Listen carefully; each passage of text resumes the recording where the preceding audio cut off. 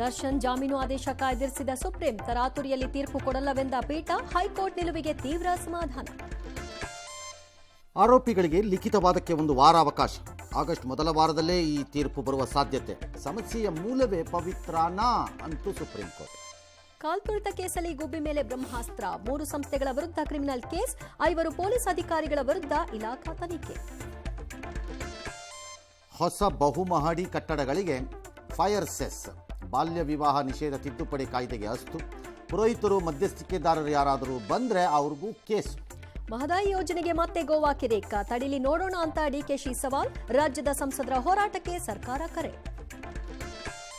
ಅನಿಲ್ ಅಂಬಾನಿ ಸಂಸ್ಥೆಗಳ ಮೇಲೆ ಇಡಿ ride, voter list ಪರಿಷ್ಕರಣೆ ಆಯೋಗ ಸಮರ್ಥನೆ, 4ನೇ ದಿನವೂ ನಡೆಯಲಿಲ್ಲ ಸಂಸತ್. ಭಾರತ ಪಾಕ್ ಏಷ್ಯಾ ಕಪ್ ಮ್ಯಾಚ್ಗೆ ಆಕ್ಷೇಪ, ರೇಪ್ ಕೇಸ್ನಲ್ಲಿ 37 ವರ್ಷಗಳ ಬಳಿಕ ಬಾಲಾಪರಾಧಿಗೆ ಶಿಕ್ಷೆ, ಇಂಡೋ ಯುಕೆ ಮುಕ್ತ ವ್ಯಾಪಾರ ಒಪ್ಪಂದ.